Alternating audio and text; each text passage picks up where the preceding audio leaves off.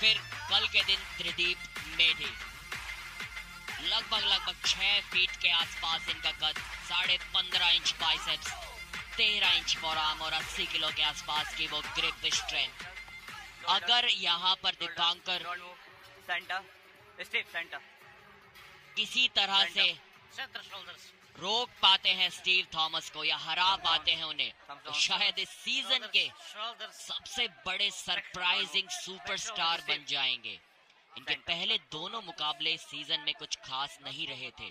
शेर लुधियाना के सानू जॉय ने हराया था, फिर मुजाहिद शेख ने हराया था, जिन्हें हरा चुके हैं स्टीव थॉमस, और हरा दिया है दीपांकर को भी। पहले राउंड में स्लिप करने की कोशिश उन्होंने की थी, लेकिन उंगलियों से जकड़ के रखा और शोल्डर और ट्राइसेप्स की मदद से नीचे दबा दिया उनके हाथ को, इससे पहले कि वो स्लिप पा सकते थे। देखिए किस तरीके से नीचे दबाया, प्रेस टेक्निक का इस्तेमाल किया। इनसे स्लिप भी शायद अभी तक कोई भी नहीं पा पाया है इस सीजन 2 में। क्या शानदार खिलाड़ी ये हैं। यहाँ पर बुलेट बादशाह राउंड भी अवश्य लेंगे। जो 4 पॉइंट्स की बढ़त उनकी टीम के पास है, उसको 10 से ज्यादा ले जाएंगे। 13 अंकों की बढ़त बनाना चाहेंगे इस मैच के बाद। इस बार स्लिप आई है, इस बार स्लिप आई है दीपांकर ने। शायद पहले खिलाड़ी है इस सीजन में जो एक अच्छी स्लिप पा पाए हैं स्टीव के खिलाफ, और यही दर्शाता है स्टीव थॉमस की महानता को। स्लिप पाना उनके सामने भी एक बड़ी उपलब्धि है। हाथ वहां से उनकी जकड़ से निकाल पाना ये भी मुमकिन नहीं हो पाता है इनके सामने। स्टीव थॉमस बुलेट बादशाहों के बादशाह बार बार निरंतरता के साथ रहे हैं इन पूरे के पूरे 17 दिनों में। और याद दिलाने में ये सुपरस्टार थे, इतने मशहूर, इतने कमाल के प्रदर्शन। महज 1 पॉइंट से इनकी टीम ट्रॉफी को प्राप्त नहीं कर पाई थी।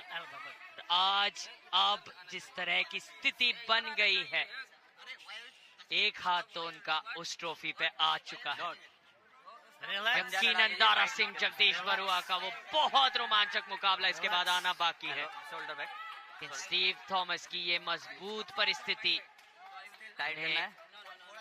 ट्रॉफी पर कब्जा पाने से फिलहाल ज्यादा बड़ा फेवरेट बना देता है। यहाँ स्ट्रैप में स्टीव थॉमस को देखना ये अपने आप में एक अलग ही दृश्य। इसकी आदत नहीं हम सभी को। स्टीव थॉमस अपने मैच बिना स्ट्रैप के ही जीत जाते हैं। आदत है सार्थक, बुलेट बादशाह राउंड में हर बार वो स्ट्रैप लगता है, तो एक ही राउंड की आदत है, लेकिन वो कोई पाता नहीं है इनके खिलाफ। बुलेट बादशाह के नियम की बदौलत वो स्ट्रैप मिलता है, लेकिन पाया है स्ट्रैप यहाँ पर दीपांकर ने। क्या वो अपना हुक लगा पाएंगे? अगर अपनी कलाई को घुमा लिया किसी तरह, जो कि स्टीव के खिलाफ कोई भी नहीं कर पाया है अब तक पूरे हिंदुस्तान में, तो शायद वो कुछ कारनामा कर सकते हैं, सबसे बड़े सुपरस्टार बन सकते थे। लेकिन स्टीव का ऐसा कोई भी इरादा नहीं। आज लगा दिया है बुलेट बादशाह राउंड। 5-0 की जीत से इनकी खुराक थोड़ी ज्यादा है। इन्हें 10 पॉइंट्स की आवश्यकता होती है, उसी से इनकी भूख शांत होती है। पिन पैड पर ले गए। इससे पहले एहसास भी होता दीपांकर को कि वो इस राउंड को हार गए हैं, उनकी पीठ थपथपा दी थी स्टीव थॉमस ने। शायद सेलिब्रेट कर रहे थे कि भाई आप मेरे खिलाफ वो स्लिप पा लिए, वही बहुत बड़ी बात है, उसी की शाबाशी मुझसे ले लीजिए। उस फ्लैश पिन के नए रिकॉर्ड के लिए जाएंगे आज स्टीव थॉमस। 2-0 से बढ़त बना ली है इस मुकाबले में। अपनी टीम को जीत लगभग सुनिश्चित करा के दे दी है। 99% जीत यहां से इराक हैदराबाद की होने वाली है। अगर इस राउंड को भी जीत गए यहीं पे रहिए आप, तो किसी भी प्रकार से अगले मैच में दारा सिंह हांडा रोहतक राउडीज को नहीं जिता पाएंगे। क्योंकि यहाँ अगर जीत जाते हैं स्टीव थॉमस तो 13 अंकों की बढ़त पालेगी उनकी टीम और दारा अगले मैच में ज्यादा से ज्यादा 5 अंक जीत सकेंगे। देखा जाए तो यहाँ पर जरूरत भी नहीं थी स्टीव थॉमस को बुलेट बादशाह राउंड लेने की, उसके बावजूद रिस्क लिया।